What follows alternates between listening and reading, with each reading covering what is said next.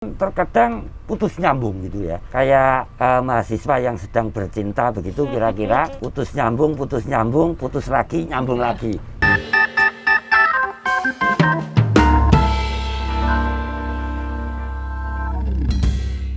Halo Sobat Tunes, ketemu lagi di Podskamling, podcast kami keliling. Nah Sobat Tunes, siapa nih yang udah rindu ngampus? Sini-sini kumpul. Nah hari ini kita kedatangan tamu yang istimewa di Podskamling. Siapa sih yang gak kenal sama WD3-nya FIP? Beliau ini adalah Bapak Sungkowo Edy Mulyono. Penasaran kan kita mau bahas apa aja? Yuk langsung aja ikutin sekarang. Halo, apa kabar Pak Edy? Baik, alhamdulillah. Alhamdulillah ya Pak. Kita di suasana Covid seperti ini masih bisa bertemu dan berkegiatan. Ya, amin. Nah Pak, hari ini saya akan mengajak Pak Edy untuk keliling kampus UNES dan berbincang-bincang sedikit untuk mengobati rasa rindu saya dan juga teman-teman UNES semuanya nih Pak yang ada di rumah karena tidak bisa main ke kampus karena pandemi Covid ini. Oke Pak, yang pertama mungkin kita akan bahas tentang perkuliahan. Ya, oke. Nah, pandemi ini kan mau tidak mau merubah sistem pengajaran kita yang udah awalnya dilakukan secara tatap muka tapi sekarang harus dilaksanakan secara online atau daring.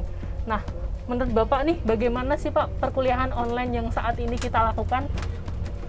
Oke, jadi begini Mbak ya, untuk perkuliahan online itu menurut saya ada plus minusnya bila dibandingkan dengan kuliah tatap muka gitu. Keunggulan kuliah tatap muka itu diantaranya kita bisa berinteraksi dengan mahasiswa, tahu karakter mahasiswa secara persis itu. Jadi di dalam kelas itu bagaimana, apakah dia aktif atau tidak itu kelihatan sekali.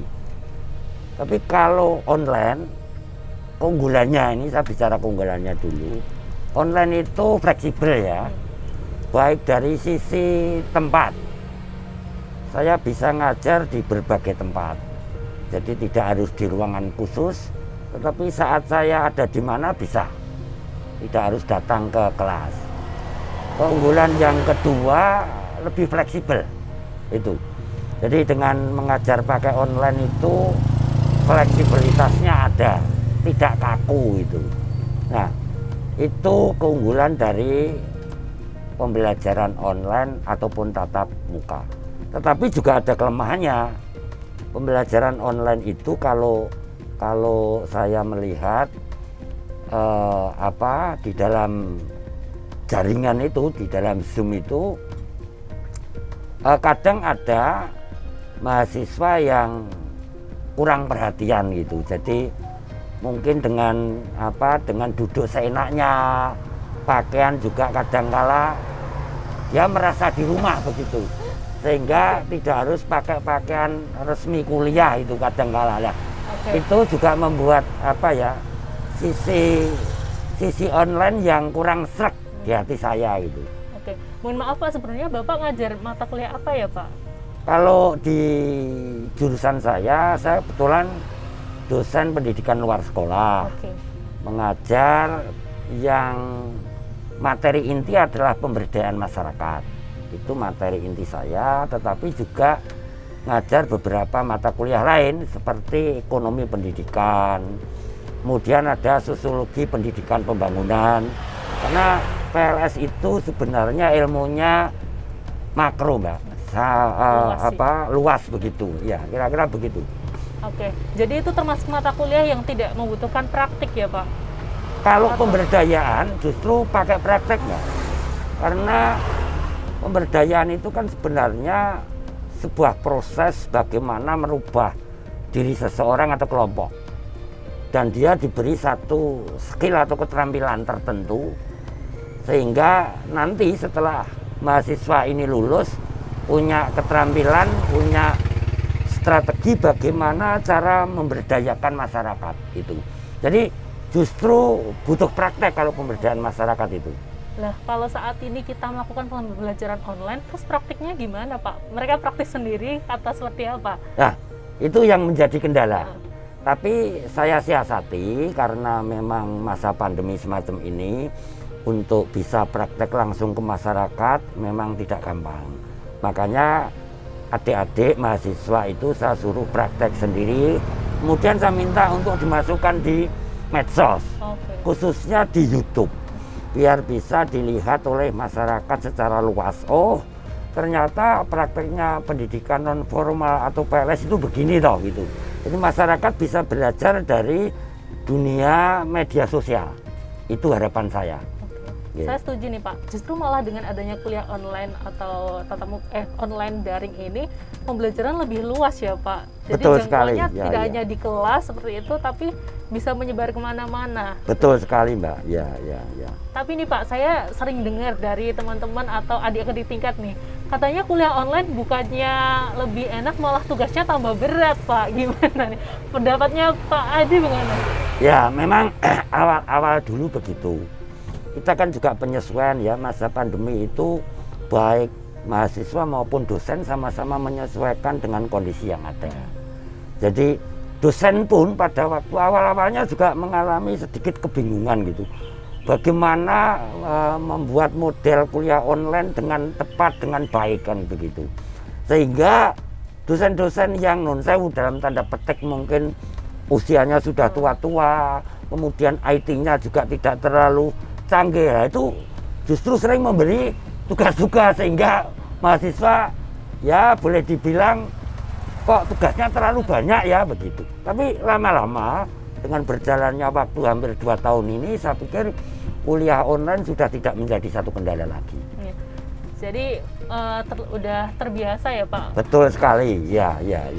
Dan juga dulu kan UNES juga sudah mulai melakukan kuliah online sebelumnya melalui Elena dan lain-lainnya.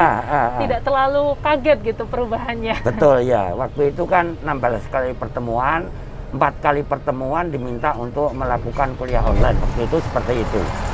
Kebetulan terus ini masa pandemi ya, tepat UNES itu menyongsong masa pandemi seolah-olah seperti nanti akan ada pandemi, seolah-olah seperti itu. Kita udah mempersiapkan lebih dahulu. Betul sekali. Tidak terjadi ya, Mbak. Culture shock gitu.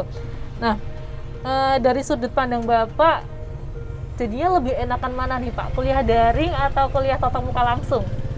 Kalau ini tinggal melihat tingkat kesibukan dosen itu ya. Kalau dosennya memang agak sibuk, kuliah online itu enak. Mengapa enak ya tadi?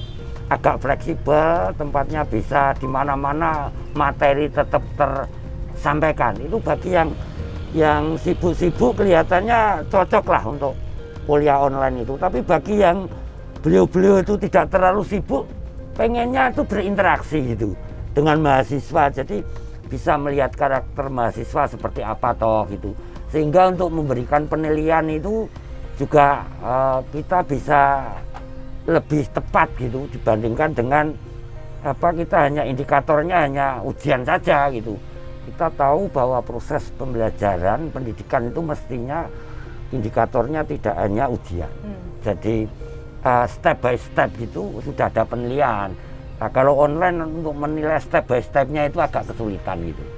Itu Mbak. Jadi begini, selain online itu ada satu kemudahan, juga kadang-kala ada error. Jadi jaringan internet itu kan terkadang putus nyambung gitu ya. Kayak mahasiswa yang sedang bercinta begitu kira-kira, putus nyambung, putus lagi, nyambung lagi. Kira-kira begitu. Nah, internet itu kadang-kala kendalanya di situ Mbak, walaupun tidak lama sih. UNES jaringannya cukup bagus itu. Tapi secara psikologis itu mengganggu proses pembelajaran. Menurut saya loh ya. Menurut saya itu mengganggu proses pembelajaran.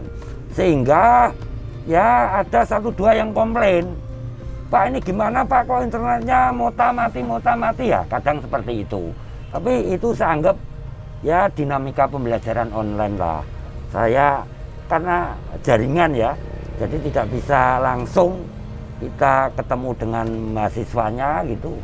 Ya memang ada kendala, walaupun menurut saya kendalanya sih ya tidak terlalu berat-berat gitu, bisa diatasi lah. Gitu. Jadi itu mungkin secara teknis ya Pak, jaringan, kemudian kuotanya habis nih misalnya gara-gara kuliah online, Zoom terus tiap hari kayak gitu ya Pak. Betul. Dan mungkin adakah kebijakan khusus dari Bapak mengatasi keluhan-keluhan mahasiswa itu? Kalau kebijakan khusus di masa pandemi ini memang ya gimana ya, kebijakannya itu di sisi ini kualitas, saya kadangkala menyadarinya begini, dia tinggal di tempat yang masih terpencil, katakanlah jaringan internetnya sulit, bahkan ada yang bilang ke saya, Pak, ini saya harus di pinggir sungai gitu. Akhirnya ya itu tadi, dalam hal tanda petik untuk nilai itu kami tidak bisa, saya ibaratkan terus saklek, itu nggak bisa. Saya melihat proses tadi, cari internet saja sampai harus ke pinggir kali. Ya kalau nggak pas hujan. Kalau pas hujan gimana dia mau bisa ikut perkuliahan? Tentunya ada hambatan di situ ya. Kita bisa memahami lah dalam situasi seperti ini. Gitu. Oke, intinya adalah saling pemahaman antara dosen dan juga mahasiswa itu sama-sama memahami keadaan saat ini. Betul. Dan juga dari Bapak pun melihat usaha mereka untuk mengikuti pembelajaran itu tetap semangat ya Pak? Iya, ya betul. Ya. Nah Pak, tapi dari segi keefektifan penyampaian pembelajaran dan juga tangkapan mahasiswa ini Pak, gimana? Apakah mereka bisa mengikuti? Kalau tangkapan mahasiswa terhadap proses pembelajaran, saya yakin bisa. Hanya itu tadi yang saya sampaikan di depan tadi, bahwa terkadang mereka pergi sebentar, terus liar-liar, terus itu kan juga akan berpengaruh terhadap tangkapan materi yang harus diterima oleh mahasiswa. Tapi dalam penyampaian saya pikir sama, tidak beda dengan kuliah tatap muka gitu. Hanya itu tadi, interaksinya memang kurang bila dibandingkan dengan pembelajaran tatap muka, Mbak. Itu. Nah Pak, mungkin selanjutnya ini terkait dengan pengalaman Bapak ketika mengajar online. Pernah nggak Pak dapat pengalaman yang menarik? Misalnya Bapak lagi ngajar tapi malah siswanya rebahan atau disambil ngopi gitu Pak? Ya, jadi beberapa waktu yang lalu saya sempat itu dia mendengarkan sih, tapi kepalanya sambil direbahkan di meja, kayak boleh dibilang kayak anak TK atau SD itu. Glosor gitu iya, ya? itu rasanya kami selaku pengajar gitu ya, melihat kondisi yang demikian tuh kelihatannya kurang nyes itu. Kayak setengah niat setengah tidak. Itu pengalaman seperti itu pernah saya lakukan, dan kemudian ya saya bilang, Mas tolong ini perkuliahan ya pada posisi duduknya yang bagus itu. Kemudian dia kembali ke posisi duduk yang bagus lagi. Jadi ya tetap saja ada kendala di dalam proses pembelajaran online itu, Mbak. Iya, karena memang saya sadari juga bahwa perkuliahan online itu harus mengumpulkan konsentrasi yang lebih, Pak. Karena kita harus seharian duduk di depan komputer, harus memperhatikan seperti itu. Bahkan kalau kita tatap muka pun kita hanya bisa berkonsentrasi itu di beberapa menit awal. Setelah itu kita agak susah, apalagi sekarang online seperti itu ya, Kak. Nah, Pak, mungkin yang terakhir ini adalah pesan dan harapan untuk mahasiswa Bapak. Oke. Jadi sebelum saya menyampaikan pesan dan harapan saya sedikit menjelaskan dulu tentang pendidikan. Pendidikan itu pada dasarnya ada sebuah seni. Jadi tadi kalau dikatakan bahwa mahasiswa dalam menit-menit awal itu konsennya masih fokus, kemudian di menit-menit akhir itu agak berkurang, itu wajar. Maka di dalam teori pendidikan, setiap 15 menit sekali seorang dosen, seorang guru, seorang tutor, fasilitator itu harus memberi job-job yang membuat dia itu pikirannya menjadi ceria kembali. Jadi tidak fokus 2 jam itu serius terus. Kalau ini serius terus dikhawatirkan penat kepalanya sehingga malah nggak masuk. Maka ini disebut bahwa pendidikan itu seni. Gitu. Untuk pesan dan kesan saya terhadap adik-adik mahasiswa yang sekarang ini sedang menempuh kuliah di Universitas Negeri Semarang, khususnya di Fakultas Ilmu Pendidikan, Ya saya berharap pandemi ini cepat berakhir dan kuliah tatap muka 100% secepatnya bisa dilaksanakan. Memang UNES sudah mau menerapkan untuk setelah UTS itu akan ada kuliah tatap muka terbatas. Artinya tidak semua mahasiswa ada di dalam ruangan, tetapi sebagian saja.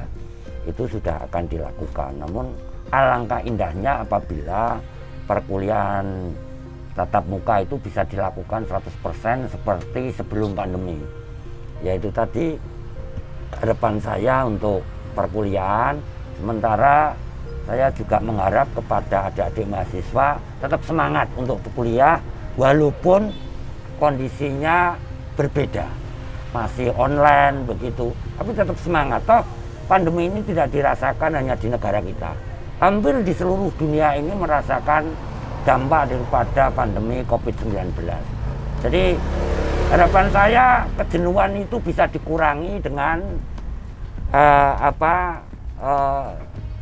job yang diberikan oleh dosen dalam hal mengajar, dan adik-adik selama mau menyadari bahwa kondisi ini tidak hanya dilakukan oleh Indonesia tapi seluruh dunia, ya kita terima, mau bagaimana lagi, karena ini menurut saya sebuah kasus ya, yang selama hidup saya baru sekali ini ada kasus penyakit yang disebut dengan COVID-19, itu baru kali ini selama hidup saya.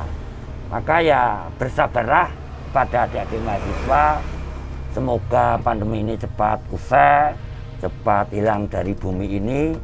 Dan yang terakhir, agar penyakit COVID ini tidak cepat menular, tetap menggunakan prokes. Itu harus dilakukan adik-adik, baik saat adik-adik di lokasi-lokasi tertentu maupun saat adik-adik berkerumun. Kalau bisa jangan berkerumun, karena harus dihindari itu berkerumun itu. Tapi saya tetap melihat masih ada 1-2 yang begitu ya. Kemudian ini bisa dihindari semuanya, biar COVID cepat hilang dan kuliah tatap muka akan berjalan seperti semula. Amin. Sehingga kualitas pendidikan di negara kita akan semakin membaik. Ya. Itu Mbak pesan dan harapan saya kepada adik-adik mahasiswa. Oke, baik Pak Edi, terima kasih karena hari ini sudah mau menemani saya berkeliling kampus. Nah, Sobat UNES, seperti doa dari Pak Edi tadi, saya juga sama, harapan kita semua bahwa agar pandemi ini segera berlalu dan kita bisa mengikuti perkuliahan seperti dahulu kala. Oke, sampai jumpa di episode Podcast selanjutnya. Dadah!